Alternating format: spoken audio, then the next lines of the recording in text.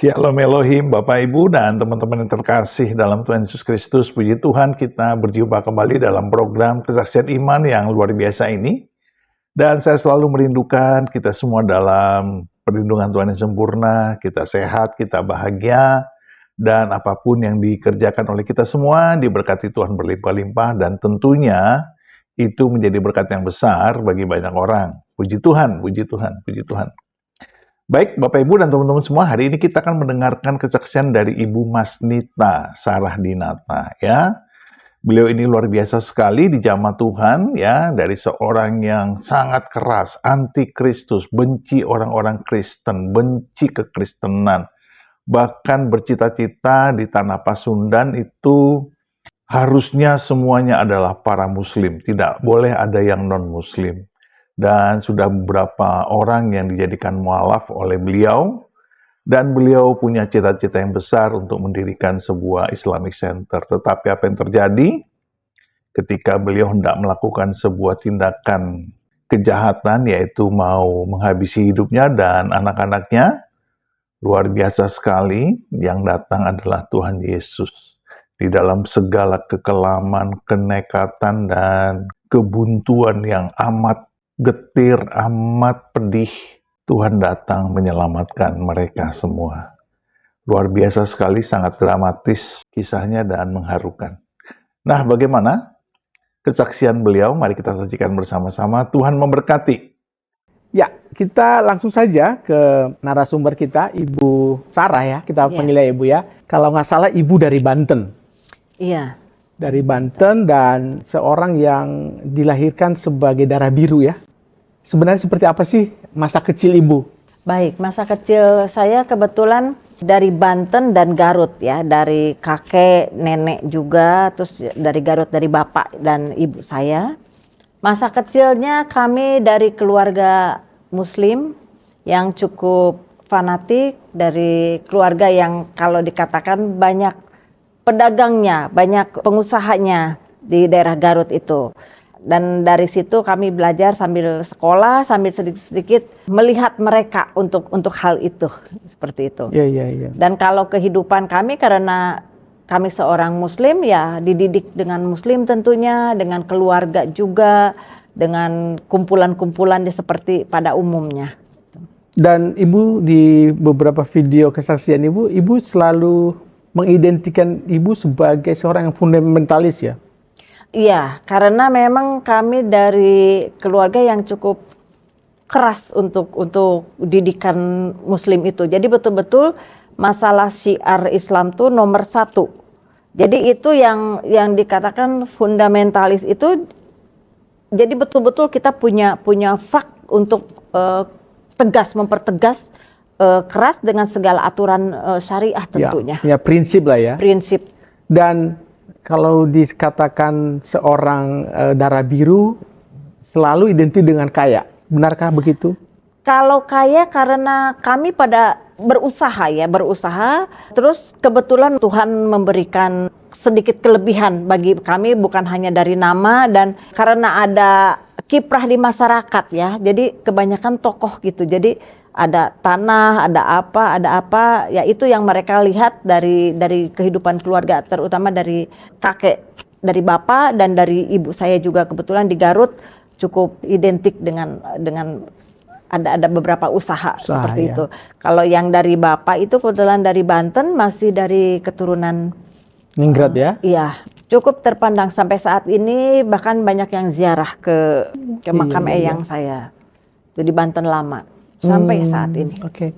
Boleh disebut nama desanya apa Bu, kalau Ibu dilahirkan di mana? Itu kalau saya lahirnya di Serang, tapi keluarga besar kami dari Banten Lama. Banten Lama itu areanya cukup besar, jadi kayak Banten Tua. Banten Tua daerah Masjid Agung Banten, di situ ada orang juga pasti akan memahami itu. Beliau salah satu putra dari salah satu wali Songo. Makanya putra saya itu kan Tubagus Rahmat Rifan Hidayatullah. Jadi kami dari keturunan Sultan Hidayatullah. Jadi terah itu dari bapak itu. Okay. Nah, kebetulan suami juga kan dari Banten almarhum. Saya dari 6 bersaudara, saya anak yang ke-6. Oh, jadi anak bungsu. Anak bungsu. Oke. Iya. Dan dimanja pasti ya ketika itu? Enggak juga, karena di kami itu ada semacam laki dan perempuan tuh sama pejuang gitu. Jadi harus berkarya, harus berjuang gitu. Jadi nggak ada yang dalam arti dimanja tuh, oh ini anak ningrat, ini anak orang itu. Jadi tetap harus berjuang. Iya, iya. Kalau boleh tahu, Ibu lalu masuk ke sekolah pendidikan SD, SMP di mana? Itu di Garut, SD, SMP, SMA, tapi saya pernah di Bandung beberapa saat, terus kembali lagi di Garut, terus setelah itu baru berjuang sendiri. Oke. Saya kejar. Kalau boleh tahu, itu kan Garut sama Banten kan sesuatu daerah yang berbeda ya? Iya. Nah, ini alasannya pindah ke Garut waktu itu seperti apa ceritanya? Karena kalau di Banten itu dari nenek, terus di Garut itu dari kakek. Jadi nenek dan kakek itu menikah, Garut dan Banten. Nah, keluarga saya itu uwa-uwa saya, kebetulan saya orang Sunda, jadi uwa-uwa saya itu kakaknya bapak saya gitu. Itu banyak dari Banten. Banten. Banyak di Banten. Nah, terus dapat keluarganya dari Garut gitu. Jadi seperti Garut dan Banten itu dua tempat yang tidak terpisahkan gitu. Kalau istrinya dari Garut pasti suaminya dari Banten. Kalau istrinya dari Banten pasti suaminya dari Garut gitu. Oh gitu ya, udah Ya, jadi seperti tradisi ya. Betul. Masih ingat gak kenangan-kenangan masa kecil, Bu?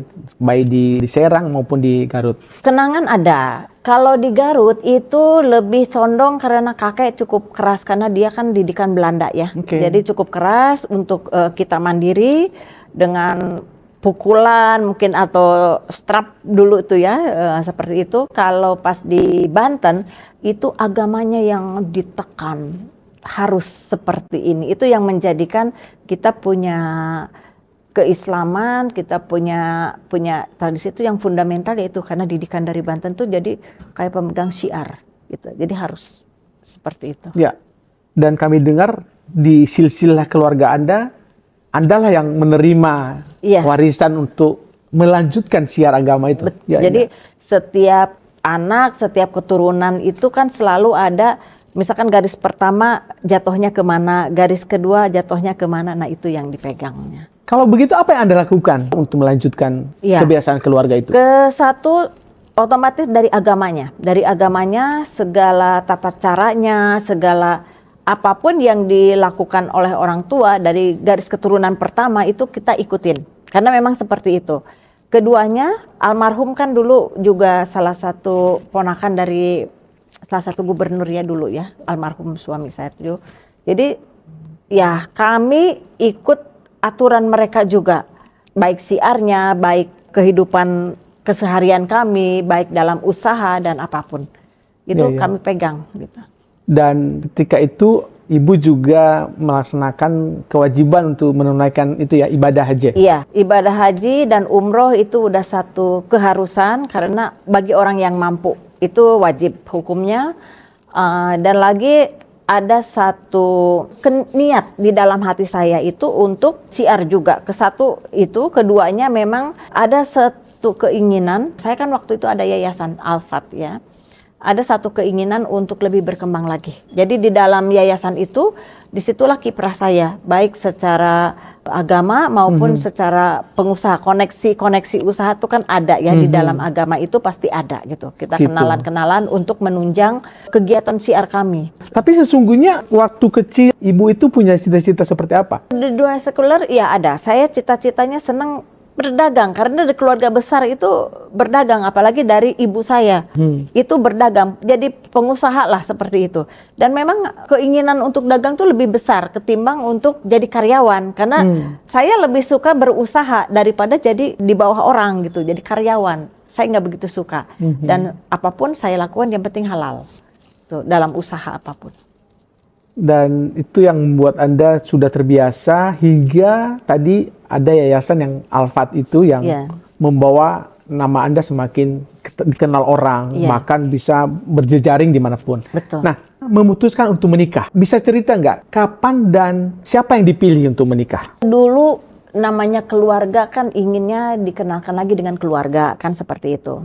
Tapi kehidupan punya cerita lain. Nah, saya ketemu orang ini juga yang ternyata dari Trah Banten juga. Waktu itu saya salah satu kerja di perusahaan Singapura di Jakarta. Nah, beliau ini salah satu rekan dari bos waktu itu. Nah, beliau kerja di Seknek. Nah, dikenalkan, ya akhirnya kami menikah dengan usia yang memang cukup jauh. Dan ternyata suami saya tuh almarhum masih dekat dengan ponakan dari salah satu gubernur dulu ya, zamannya Orba. Punya jejaring itu dan memiliki kemudahan-kemudahan lah. Iya. Terutama dalam bisnis barangkali. Dalam bisnis iya, dalam siar tentunya pasti ya. Dan dari pernikahan Anda lahir 4 anak. 4. Bisa cerita Bu tentang keempat anak Anda? Ya, yang pertama perempuan, sekarang sudah punya putra 1, anak 1 di Jerman. Menikah sama orang Indonesia yang udah stay di Jerman. Jadi waktu itu dia sekolahnya di Jerman, kuliah di Jerman. Itu juga ada ceritanya setelah sekian banyak yang saya hadapi di dalam hidup. Nah, Tuhan Yesus membawa anak saya pada sekolah keluar itu karena saya hands up gitu. Jadi yang pertama di Jerman, yang kedua yang laki-laki di Rusia, sekarang ada di Jakarta. Yang ketiga yang spesial Tuhan titipkan 1. Yang keempat keluarga masih di Garut sekarang. Oh gitu. Iya. Nah tadi yang di Jerman, sekarang sudah punya anak 1. Iya. Ini yang di Jerman. Namanya siapa Bu? Ratu Ratna Juwita. Suaminya Ferdi. Nah ini siapa? Foto siapa ini? Ini anak saya yang paling kecil. Yang paling kecil yang ada di Garut? Di Garut. Pada saat saya disidang di keluarga, ya beliau ini yang diambil sama keluarga. Karena kan saya mau dibunuh juga kan waktu itu sama kakak saya. Nah, nanti mungkin kita bisa ngobrol dengan salah satu anak ibu. Sebelum nanti ibu sampaikan pesan-pesan kepada mereka, ke semua anak ibu, mungkin ada baiknya kita melihat sebuah video yang singkat. Untuk lebih jelasnya kita saksikan saja videonya. Lihat kelejet-kelejetnya aja saya nggak tega ya. Lampu yang udah satu-satunya di situ saya matikan. Saya siapkan gelas plastik di situ. Saya udah habis-habisan saudara, yang biasanya makan dessert dengan segala kelengkapannya udah nggak ada. Dijual-jualin hanya untuk menyambung hidup pada saat itu. Dengan gelas plastik, dengan racun serangga yang sudah disiapkan, saya lihat anak-anak yang biasanya main-main, dia nanyain mana bonekanya, namanya masih kecil-kecil, mana mainannya, mana rumahnya. Saya bilang, ini tinggal di sini dulu. Ini rumah siapa? Ibu, saya diam. Ibu, ini rumah siapa? Kata anak yang sulung tuh. Rumah teman ibu. Padahal kita rumah di situ. Mau kemana lagi? Rumahnya udah nggak ada. Tapi saya bilang ke anak-anak, ini rumah kita tinggal di sini dulu. Rumah teman tinggal di sini dulu. Pada saat di malam hari itu dalam kondisi gelap, saya sudah berniat mau dan anak-anak saya saudara. Ini satu hal sampai hari ini saya tidak pernah lupa bagaimana dia suaranya, bagaimana dia datang ke saya. Dan ini satu hal yang berkah bagi saya. Satu karunia bagi saya, bagaimana Tuhan Yesus, Tuhannya kita saat ini, Tuhannya orang Kristen datang menolong saya. Pada saat gelas disiapkan, pada saat dikucurkan racun serangga itu, tahu-tahu ada seseorang berbaju putih, berjubah putih, hanya mengatakan, datanglah ke rumahku, maka aku akan menolongmu. Datanglah ke rumahku, maka aku akan menolongmu. Video yang ibu saksikan ketika ibu khotbah di GKRI beberapa waktu lalu, ibu mau membuat anak-anak ibu. Iya. Anak-anak ibu sekarang ada di Jerman, ada di Rusia. Nah, apa yang ingin ibu sampaikan kepada anak Anda yang ada di Jerman saat ini? Mungkin ada unek-unek sebagai ibu kalau video ini ditonton oleh anak ibu yang ada di Jerman. Silakan. Untuk Ananda yang terkasih, untuk Ratu Ratna Juwita dan suaminya Ferdinand dan cucuku yang tersayang juga Mosha. Kalau bukan karena kasih Tuhan, ibu tidak tahu kalian sampai di sana. Karena pada saat itu ibu betul-betul kalau dikatakan gelap mata, ibu sangat khawatir dengan masa depan ibu juga dan kalian. Karena waktu kecil-kecil sangat begitu berat dengan beban, dengan kejatuhan ibu baik dalam usaha maupun dalam berkarya ataupun berkarir. Satu hal, ibu minta maaf. Minta maaf yang pada saat itu gelap mata, ingin menghabiskan anak-anak, karena tanggung jawab sebagai orang tua, ibu sudah berat, sudah beban yang tidak bisa ibu pikul dengan menghadapi situasi saat itu. Tapi melihat kebaikan Tuhan Yesus kepada kita semua pada saat ini, kalian bisa tinggal di sana dan Tuhan Yesus menyertai kehidupan kalian. Tuhan memberikan suami yang baik, dan Tuhan memberikan anak yang baik, cucu yang baik untuk ibu, dan terima kasih untuk kehidupannya. Dan sekali lagi mohon maaf di masa yang lalu dengan beban berat yang ibu alami. Terkadang ibu sibuk dengan pelayanan, terkadang ibu sibuk untuk membenahi diri untuk masa depan kalian dengan keadaan single parent tentunya yang cukup berat, dengan anak-anak yang cukup banyak, dengan sekolahnya sampai loncat-loncat supaya kalian punya kehidupan yang jauh lebih baik. Dan sekarang kalian bisa merasakan kalian punya kehidupan, kalian punya pelayanan di Jerman, di daerah Berlin, dan Tuhan selalu menyertai kalian dalam pelayanannya, dalam rumah tangganya, dalam segala pekerjaannya, dan jaga kesehatan kalian dari Ferdinand, dari Ratu, dan dari Mosha juga. Semuanya karena kasih karunia Tuhan untuk kalian, dan kalian terus diberkati selama hidupmu. Iya, selamat siang Pak. Apa kabar nih? Kabar puji Tuhan lagi kurang baik ya. Lagi sakit ya? Iya. Ya mudah-mudahan cepat sembuh ya. Iya, makasih. Nah, di studio ada Ibu ya panggilnya ya. Nah, apa tanggapan Anda dengan kesaksian atau perjalanan Ibu yang sudah beredar di mana-mana, dan apa kesan Anda? Kalau dari aku pribadi sih, aku menilai itu luar biasa ya sebagai seorang ibu yang dulu berjuang dan totalitas dalam hal pelayanan. Itu benar-benar mengeluarkan semuanya potensi yang dimiliki gitu loh. Nah, intinya tuh lebih menjadi maksimalnya alatnya Tuhan gitu. Jadi kalau aku lihat ini buat aku pribadi ini luar biasa gitu, dan itu pun juga jadi contoh buat aku juga saat aku pelayanan dulu. Ya sampai sekarang juga sih. Jadi gitu sih dari aku, penilaian itu luar biasa banget. Sebagai anak pastinya bangga dong. Pasti, ya. Ada nggak pengalaman mungkin mendengar kata-kata orang, baik yang kurang enak didengar maupun yang enak didengar tentang Ibu? Kalau dulu sih ada, tapi aku biarin aja sih, nggak terlalu aku apal-apalin, jadi udah lupa sih. Ngobrol Ada aja, nggak enak tapi ya? nggak aku dengerin, nggak aku hafalin sih. Nggak mungkin nggak ada gitu, pasti ada gitu. Misalnya seperti apa Mas Rifan? Nah, masalahnya untuk misalnya ini nih, aku karena nggak aku hafalin, tapi kalau misalkan dari aku punya pengalaman sih ya lebih ke arah seperti gimana ya, sirik gitu ya, kalau menurut saya pribadi gitu lah. Ada nggak kira-kira pesan untuk Ibu? Pesan buat ibu agar terus itu aja sih, totalitas untuk Tuhan dan juga untuk keluarga, terus jaga kesehatan, perhatikan juga ke diri sendiri ya, yang utama juga, soalnya kalau misalkan sakit pun juga gimana nanti pelayanan gitu loh. Nah, jadi jaga diri juga penting, dan juga supaya ya bisa menepi tugas hingga garis akhir aja sih, supaya nanti Tuhan bukain jalan gitu loh. Saya pelayanan di salah satu gereja GBI ya, sebagai pemusik, praise and worship. Saya megang biola. Mungkin Ibu ada yang mau sampaikan sama anaknya? Ya, untuk anakku yang tercinta, Rifan, yang terus menopang ibunya dan adiknya yang sedang sakit juga, dan untuk keluarga, dia begitu tanggung jawab untuk kami. Dia berikan hidupnya untuk Tuhan, dan terus Tuhan jadikan dia anak yang berbakti pada orang tua, berbakti kepada ibunya, dan berbakti juga pada pelayanannya, pada Tuhannya. Dan saya terima kasih untuk anakku Rifan.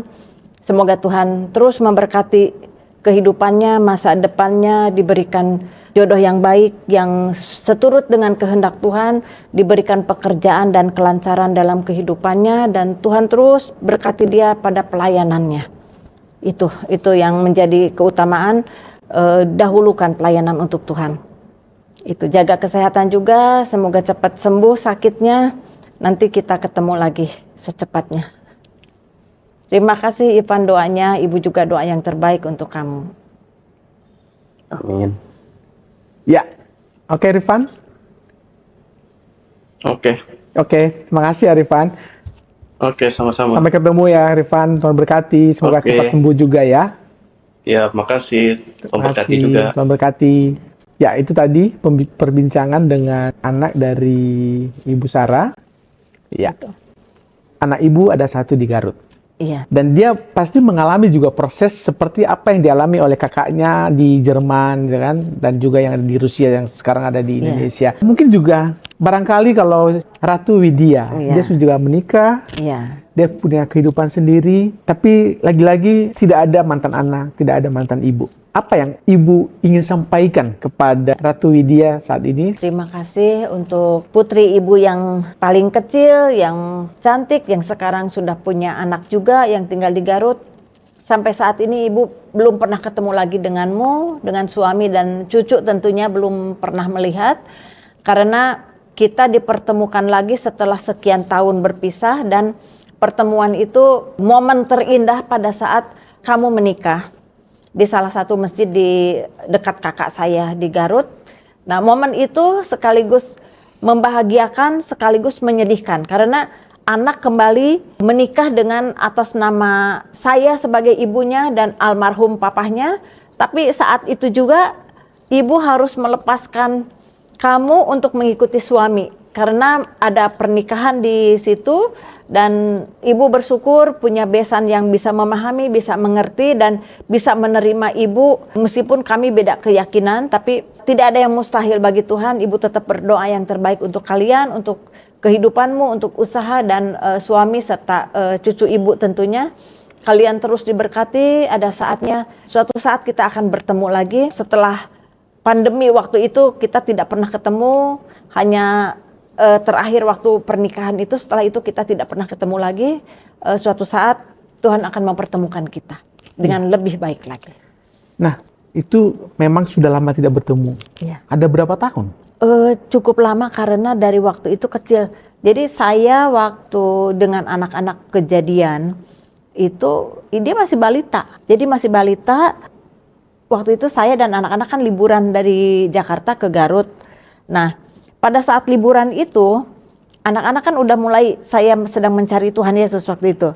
Jadi pas di Garut itu kumpul, bukannya pas mau makan itu bismillah, tapi begini gitu. Nah, saudara-saudara saya kan banyak di Garut tuh aneh gitu.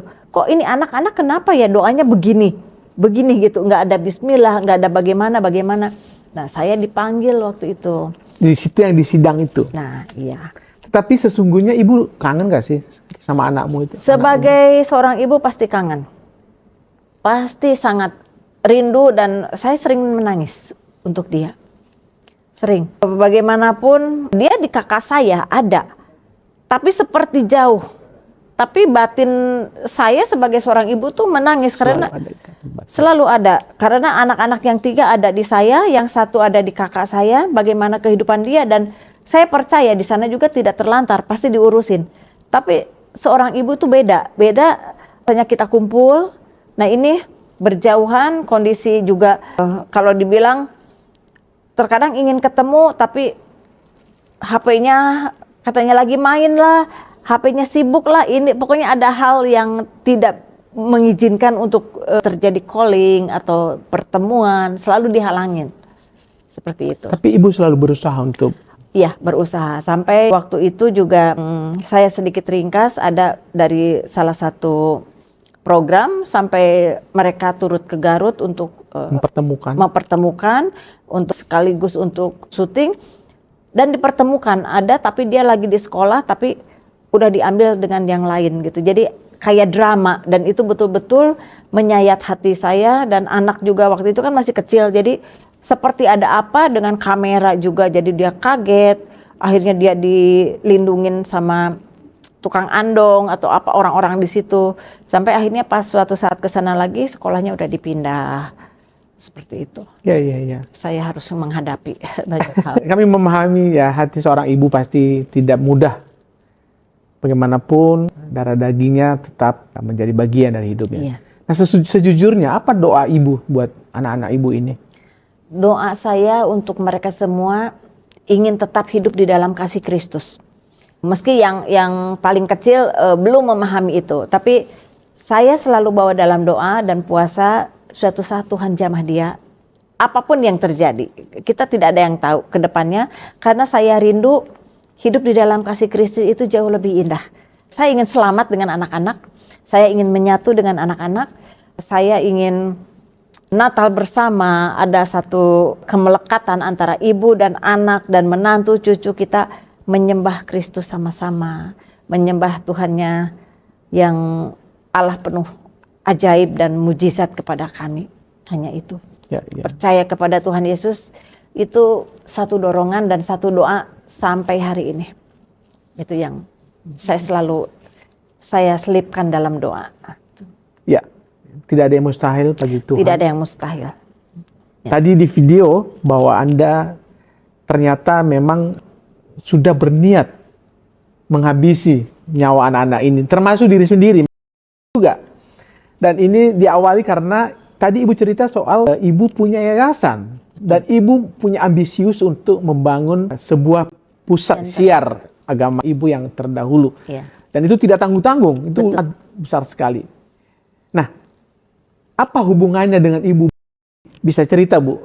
Itu bentuk dari akhir dari segala obsesi yang tidak terjadi, akhir daripada satu ekspektasi yang tidak terjadi, yang akhirnya datang kehancuran dan bangkrut, dan dana cukup banyak yang keluar.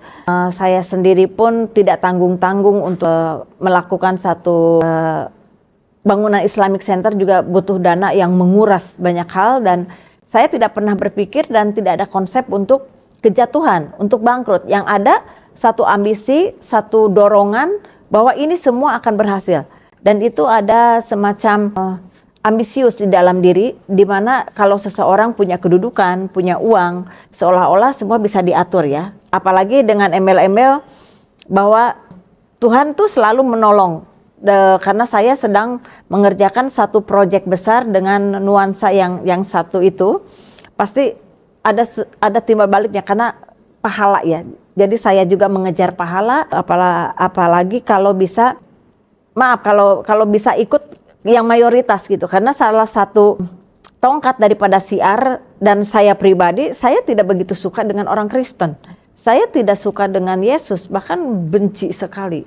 Jadi kalau bisa, apalagi saya orang Sunda yang kekeh kokoh itu menerima Yesus itu susah ya. Dan itu saya punya cerita tanah Pasundan itu cukup kuat gitu untuk satu hal yang kita ada. Tanah Pasundan tuh kalau orang Sunda tuh ada semacam bukan kesombongan ya, tapi saya ini orang Sunda gitu. Jadi garis keturunan itu seperti itu. Ada kebanggaan. Ada kebanggaan, betul. Ada satu kebanggaan, apalagi kalau misalkan syukur-syukur se-Jawa Barat, se-Pasundan tuh jadi orang Muslim semua gitu kan. Itu salah satu syiar, pastikan Allah juga mengizinkan atau meridoi kan, seperti itu. Saya tidak pernah berpikir untuk kejatuhan, untuk bangkrut. Jadi kayak gambling, saya taruh semua kekayaan saya beranikan sampai pinjam-pinjam uang. Karena ini satu proyek yang menggiurkan. Kalau proyek besar dengan kita menggandeng investor, apalagi investor dari Timur Tengah, tentunya orang juga udah tahu negara mana yang dituju kan. Nah, investor juga kalau mau memberikan dananya kan lihat dulu, paling tidak kalau dagang itu harus ada mejanya, kita kan harus modal itu. Nah, modal master plan juga tidak murah pada saat itu. Nah, untuk pembuatan itu juga mengeluarkan dana yang cukup besar. Jadi sudah banyak investasi di situ? Sudah banyak sekali. Dan untuk operasional juga sudah berjalan. Dan akhirnya gagal? Iya, gagal total. Dia cerita kenapa gagal? Saya juga tidak mengerti karena dari pihak Emirat itu tahu-tahu di cancel. Sampai saya juga bingung apa yang sebetulnya kalian inginkan. Karena kan begitu disodorkan master plan, coba harus direvisi. Terus kita nego lagi. Sampai akhirnya kita udah sepakat dan mereka mengundang saya ke sana untuk dipertemukan dengan betul-betul ownernya yang investor itu, karena kami kan ada di sana, ada manajemennya gitu. Jadi semacam kayak ada ownernya gitu yang betul-betul pendananya gitu. Nah, sekaligus kami umroh, saya banyak bawa beberapa staff juga, karena staff juga ya saya akan bongkar ada bukan salah satu, ada beberapa staff yang tadinya memang anak Tuhan karena udah mualaf kan saya bawa ke sana juga umroh, sekaligus memperkenalkan ke Emirat itu kan untuk proyeknya bagaimana kelanjutannya. Tapi setelah kita bicarakan, setelah kita ngobrol ke sana sini mengenai proyek itu, ada kesan alot dan tahu-tahu ini dipending dulu. Depending yang saya pikir ini bercanda atau mungkin dependingnya itu ada sesuatu yang kurang. Karena saya juga ke sana bawa arsitek, bawa apa untuk perhitungan atau mungkin dia pingin jelaskan, kita bawa orang ahlinya. Nah, ternyata pending dulu dalam waktu yang tidak terbatas. Nah, saya mau apa? Dan itu adalah awal dari prahara. Betul. Saya pikir itu hanya mimpi sesaat, mungkin masih ada waktu untuk dia berpikir ulang dan menggandeng saya lagi untuk proyeknya. Jadi pas saya di situ udah cancel, saya pikir mungkin Bapak masih mau berpikir apa yang kalian minta, saya akan berupaya untuk bisa menyelesaikan ini. Sementara kan kita di Indonesia udah cukup banyak dana keluar, udah berani. Tapi ternyata ya itulah awal dari mulai kejatuhan saya yang nggak tanggung-tanggung. Itu seperti diambil semua. Jadi bukan bangkrut 1M, 2M, bukan. Jadi kayak betul-betul habis gitu. Betul-betul dihabiskan sekejap. Nah, sebentar, itu inisiator dulu yang menginisiasi proyek ini siapa? Ibu atau pihak Emirat? Saya. Jadi saya itu kan sering umroh, sering ada bisnis juga dengan pihak mereka. Terus ada keinginan, saya lihat rekan-rekan juga, ada pendanaan dari Arab kan dengan Uni Emirat kan beda. Iya, beda. Ada dari Arab lah, ini. Apalagi dengan embel-embel syiar Islam. Mereka itu sangat interest sekali kan. Sangat interest. Jadi saya juga kebetulan ada syiar Islam juga dan saya ada kaitan bisnis juga, dan di situ ada ambisi juga, ada obsesi juga, ada satu kerancuan kayak kesombongan juga. Iya, ada banyak hal di dalam tubuh saya waktu itu, di dalam pemikiran saya kalau ini proyek akan bergulir seperti yang saya inginkan. Seperti itu gitu. Karena doa-doa juga saya baik ibadah saya, puasa saya itu betul-betul saya baca di hadis, di Al-Quran juga, apabila hambanya berjuang untuk Tuhannya, ya pasti diberikan jalan dan lain sebagainya. Iya, pada saat itu seperti dipermudah semuanya. Ternyata ya memang dimudahkan untuk habis juga gitu. Saya juga tidak tahu, tidak berstep by step gitu, tidak. Ini habis semua.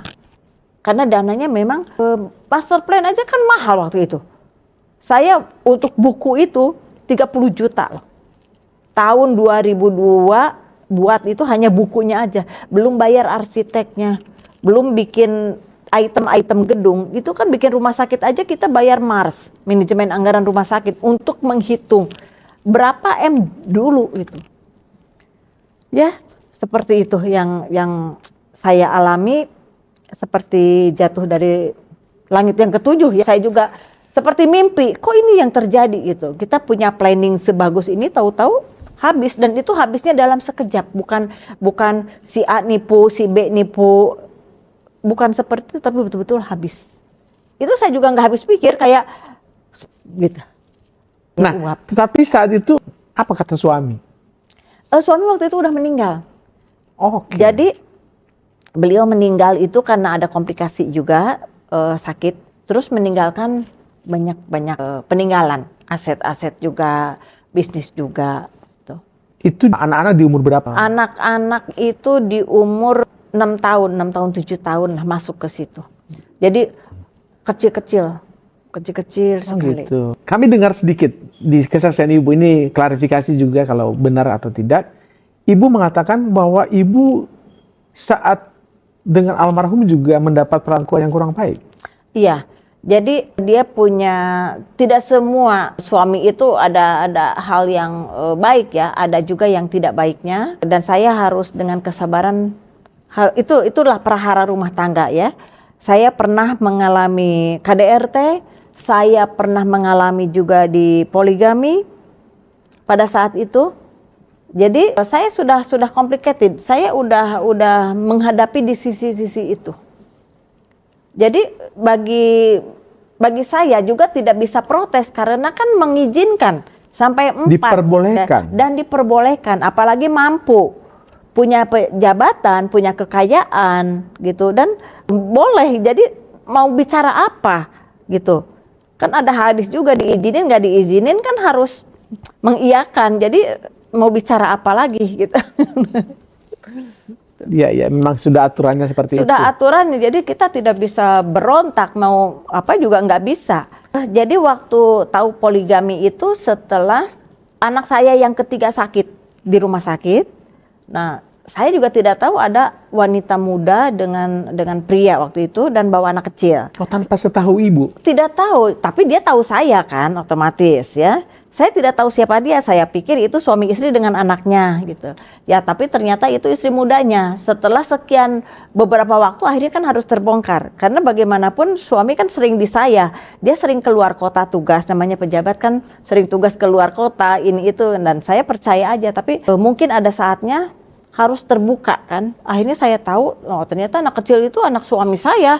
Jadi ini siapa? Oh ternyata itu yang laki itu adeknya gitu. Nah ini perempuan siapa? Ternyata itu istri muda. Jadi lah kayak dongeng gitu. Saya juga agak berat, saya stres juga. Sementara saya berjuang untuk anak banyak ya, untuk usaha juga gitu. Karena bantu suami gitu.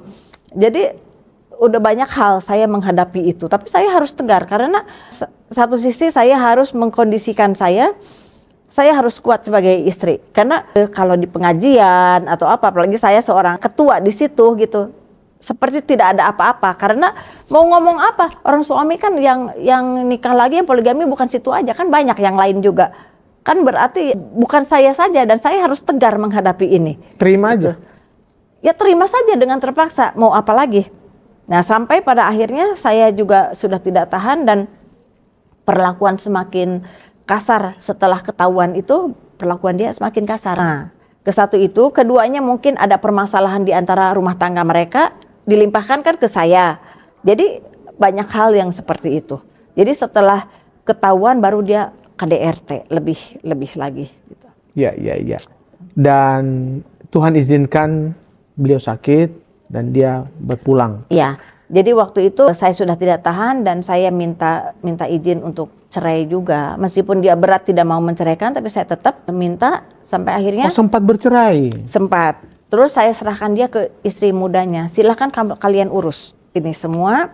Saya mau ngurus saya dengan anak-anak. Saya mau hidup dengan anak-anak. Nah, dia sakit di istri mudanya. Karena semua yang ada itu kan hak saya dengan anak-anak. Dia tidak ada apa-apa. Warisan.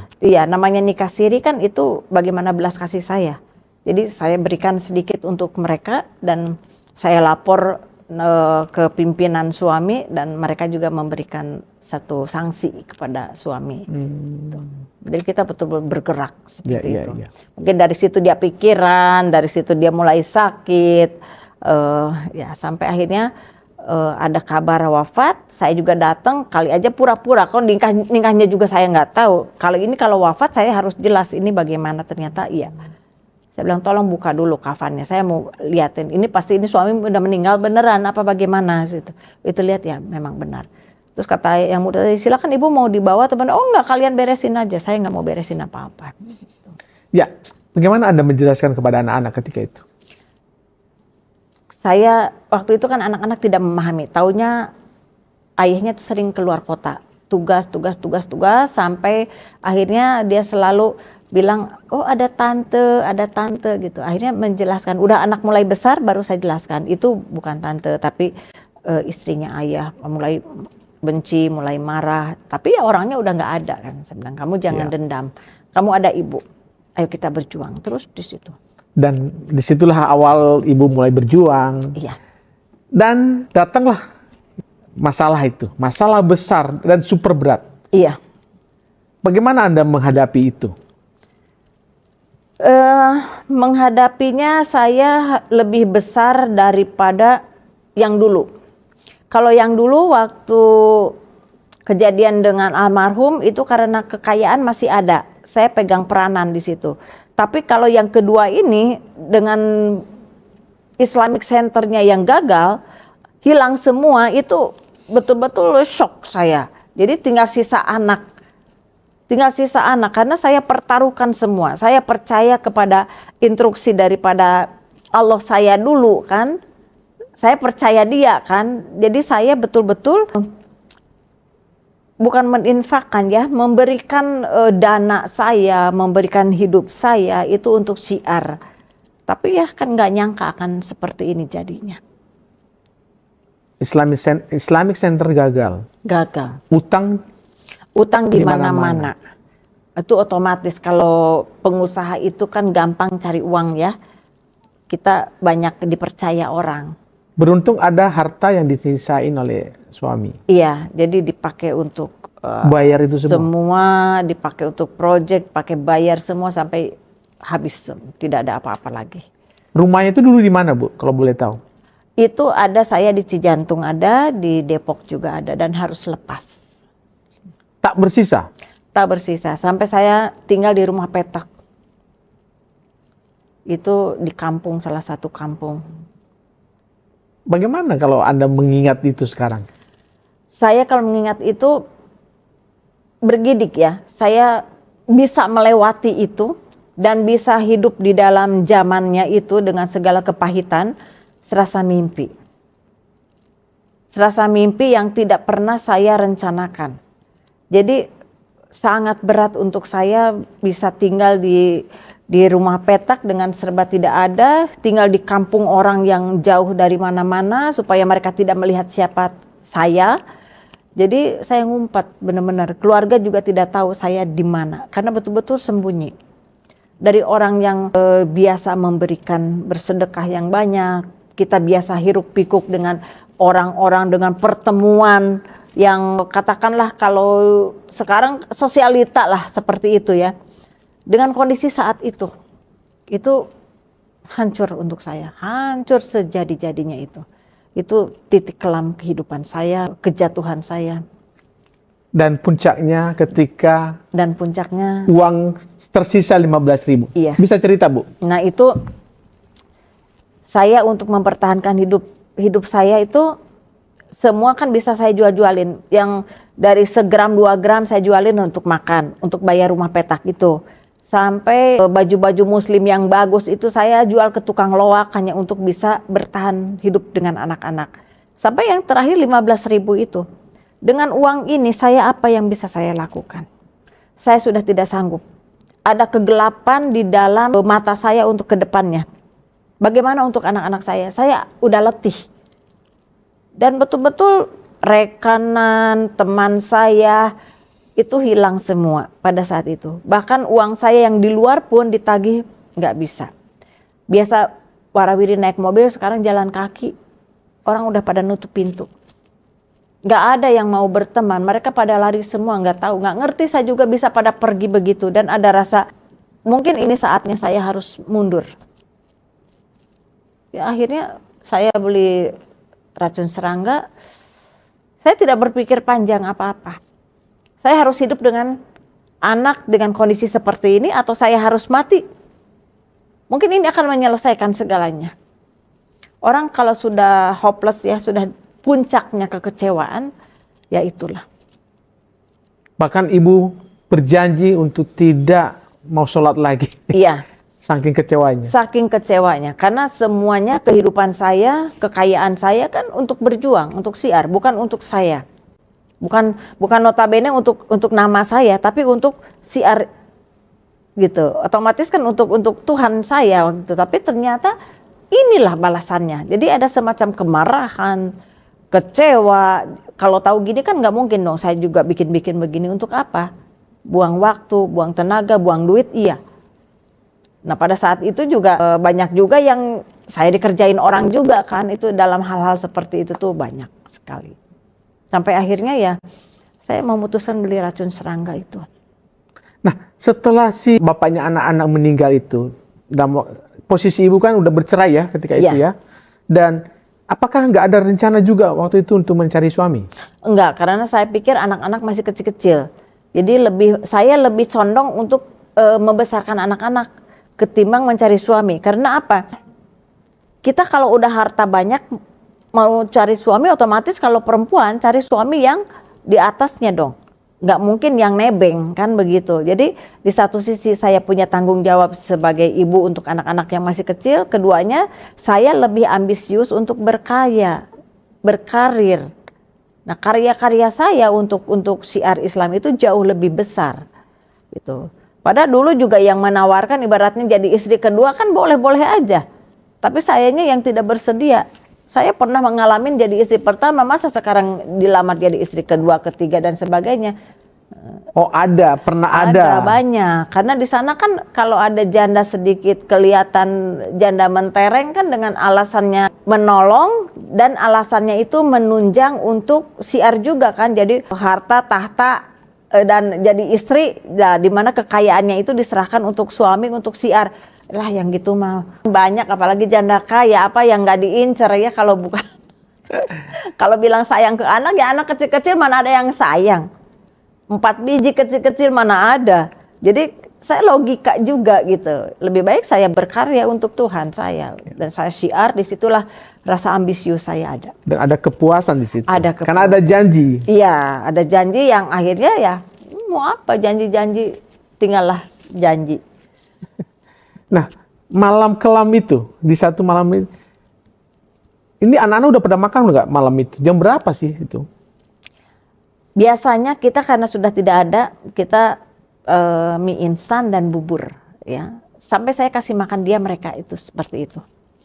Dan supaya banyak gitu. Biasanya kan saya sholat itu sekitar jam 3, setengah 3 tuh udah bangun. Sholat tahajud, sholat istihoroh, nangis-nangis lah, minta dibukakannya rezeki lah, semualah. Sampai nyambung sholat subuh. Tapi pada saat itu anak-anak cepat suruh tidur.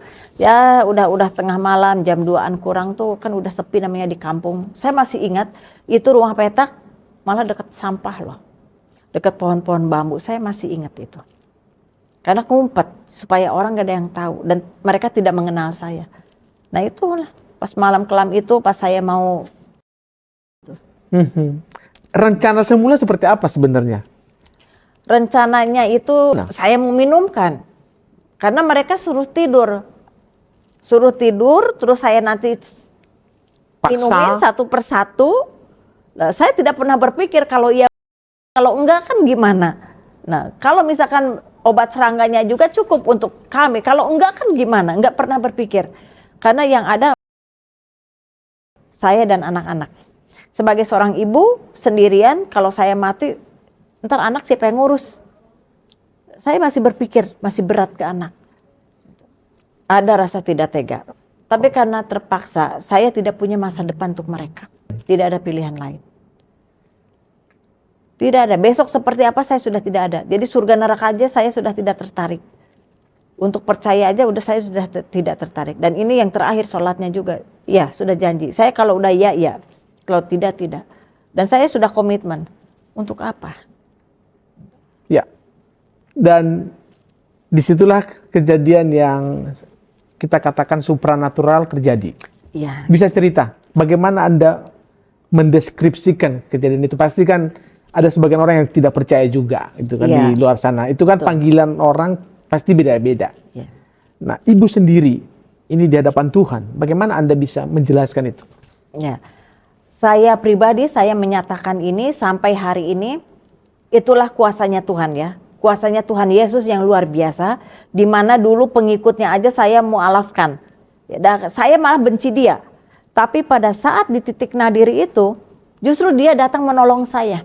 Itu yang saya nggak habis pikir. Saya kalau dikatakan menyakiti, sangat menyakiti. Benci iya sama Tuhan Yesus tuh sangat benci. Dan pengikutnya juga banyak yang saya mau alapkan. Saya akui itu bukan satu pembenaran, tapi itulah kehidupan saya. Nah, justru pada saat itulah saya sudah mempersiapkan gelas dan mempersiapkan cairan itu pertolongan. Hanya satu-satunya dia yang menolong saya. Yang dulu tidak pernah menolong saya. Yang dulu saya sembah, tidak ada. Begitu saya jatuh seperti dia pergi. Saya panggil-panggil juga seperti tidak ada. Like nothing.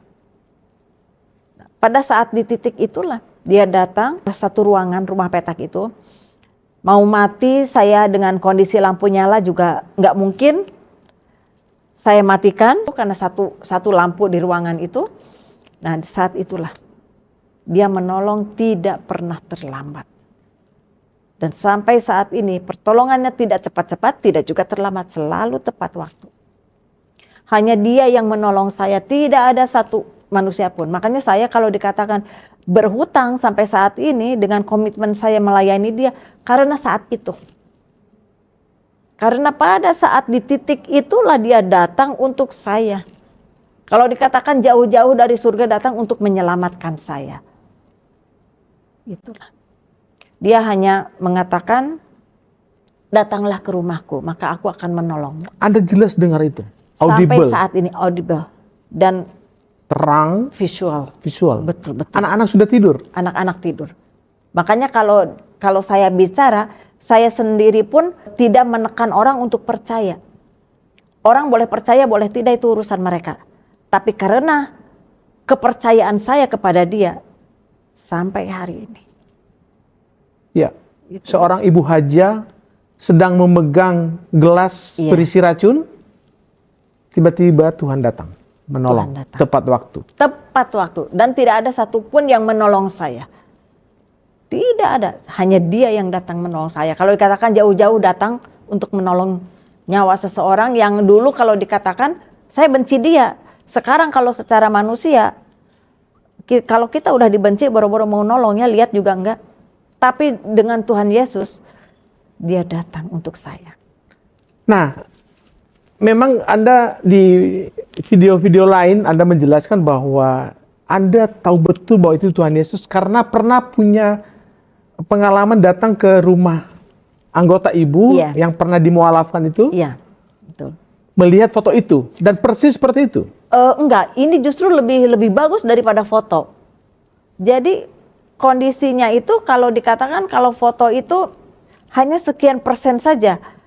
Tapi karena apa ya, dengan tubuh kemuliaannya itulah yang saya juga kalau ditanyakan emang seperti apa mukanya, sulit untuk saya berkata-kata karena begitu sucinya Dia, begitu kemuliaannya Dia, bersinarnya Dia sampai ternganga gitu. Saya sendiri pun, tapi hati saya inilah Tuhan Yesus.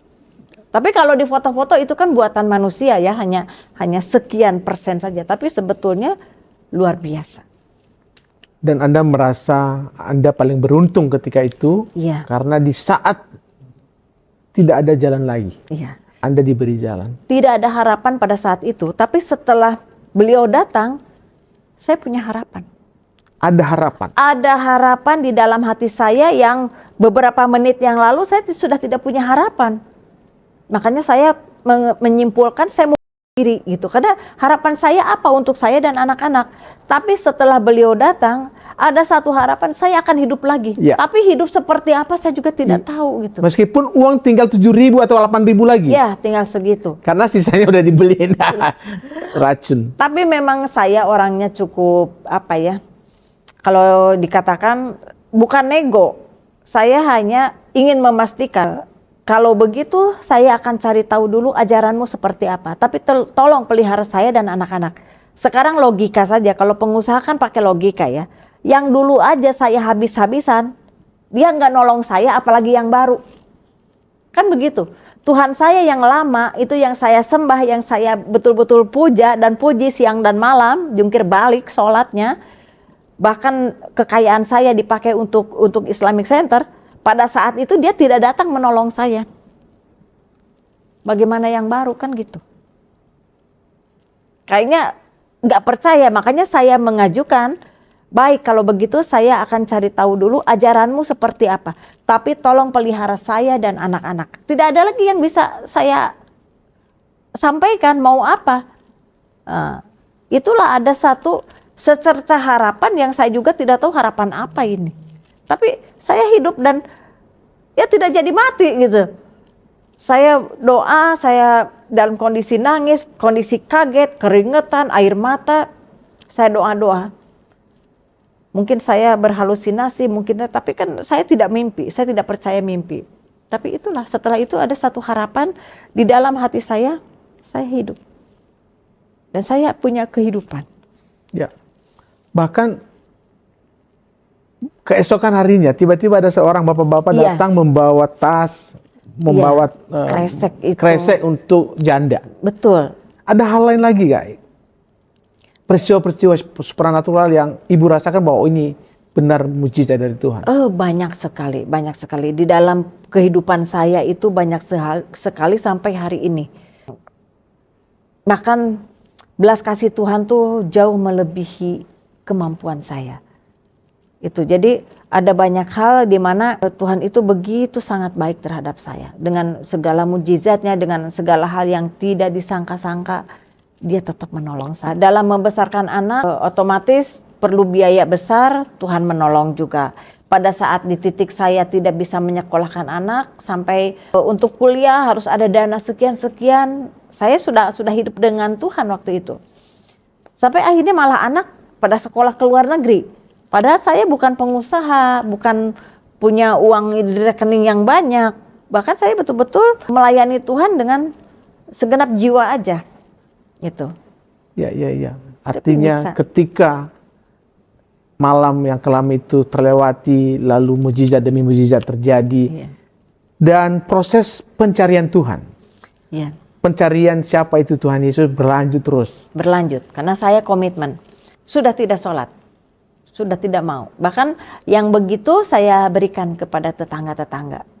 Saya tidak mau. Tapi saya sendiri pun belum mau percaya Tuhan Yesus dulu. Sebagai Tuhan saya, belum. Gitu.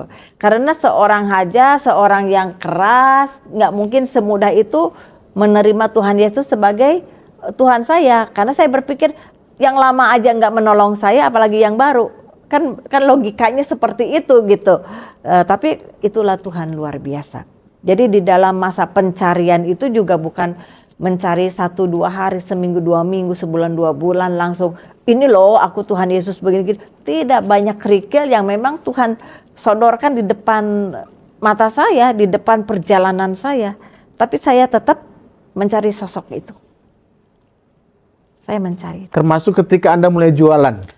Termasuk jualan, termasuk salah satu dari pengikutnya Tuhan Yesus juga menipu saya. Jadi disitulah kalau yang mungkin kalau orang lain yang punya hatinya setengah-setengah siapa itu Yesus, mungkin yang dapatnya hanya asal-asalan. Oh, jangan-jangan Kristen begini kayak gitu. Tapi karena Tuhan Yesus sendiri yang datang ke saya, justru saya bilang kayaknya ajaran Yesus nggak begini deh. Saya harus cari dulu. Itu yang menguatkan saya sampai hari ini. Begitu diterjang gelombang seperti apapun, menghadapi baik dari sana, dari sini, dari kelompok manapun, saya tetap Yesus yang terbaik untuk saya. Waktu itu keluarga sudah tahu? Belum tahu. Saya masih hidup sendiri dengan anak-anak. Sampai akhirnya ada satu liburan sekolah, keluarga pada kangen sama anak-anak. Ayo ke Garut, kumpul gitu sama saudara-saudara. Saya mikir, aduh gimana ini udah jatuh, udah bangkrut. Saya mau ngomong juga berat ke keluarga. Ya udah nanti ke sana. Nah udah pas. Tapi anak sudah mulai saya bawa kan dari gereja ke gereja, saya tanya-tanya, terus anak ngikut-ngikut. Ibu ini kemana? Namanya anak-anak kan lihat sekolah minggu rame ini itu, terus lihat doa ikut-ikutan. Awalnya seperti itu. Ya. Di mana ibu pertama sekali datang ke gereja? Gereja pertama yang saya datangin itu di daerah Auri. Auri? Iya, Depok yang ke arah Cibubur. Ya, oke. Itu ada gereja apa ya saya lupa. Saya dibawa orang ke situ. Dikenalin, jauh-jauh itu saya datangin. Kok begini ya, kok begini. Jadi masih agak-agak mau masuk ke gereja aja ini haram atau bagaimana gitu, ada pergulatan di dalam hati saya karena masih belum menerima Yesus kan, masih mencari. Itu selama berapa tahun dari malam itu lalu mencari Tuhan Yesus, berapa tahun sampai ibu benar-benar menerima Yesus? Sekitar 2 tahunan ada. Dalam mencari itu perjuangan saya, dan saya sudah mulai kenal, saya mulai dibawa orang untuk menyampaikan bagaimana perjumpaan saya dengan Tuhan Yesus, sampai akhirnya ada kekisruhan di masyarakat. Nah, sempat ramai sekali itu. Ya. Setelah ibu mencari Tuhan Yesus, lalu memutuskan untuk menjadi penginjil, menjadi hambanya di ladang Tuhan, Bahkan ibu memiliki anugerah kerasulan, ya, di mana ibu menjadi alatnya, menjadi alat Tuhan untuk menginjil di mana-mana. Puji Tuhan, puji Tuhan, puji Tuhan, kesaksian yang luar biasa, dramatis dan sangat mengharukan, dan tentunya sangat mencengangkan bagi kita ya. Betapa Tuhan itu sangat mengasihi orang-orang yang membenci Tuhan, yang menghina Tuhan, mengolok-olok, menghujat Tuhan. Kita di sini belajar satu peristiwa besar ya, kesaksian iman ini sungguh luar biasa, di mana membuktikan kasih Tuhan itu sangat suci, sangat murni, sangat mulia.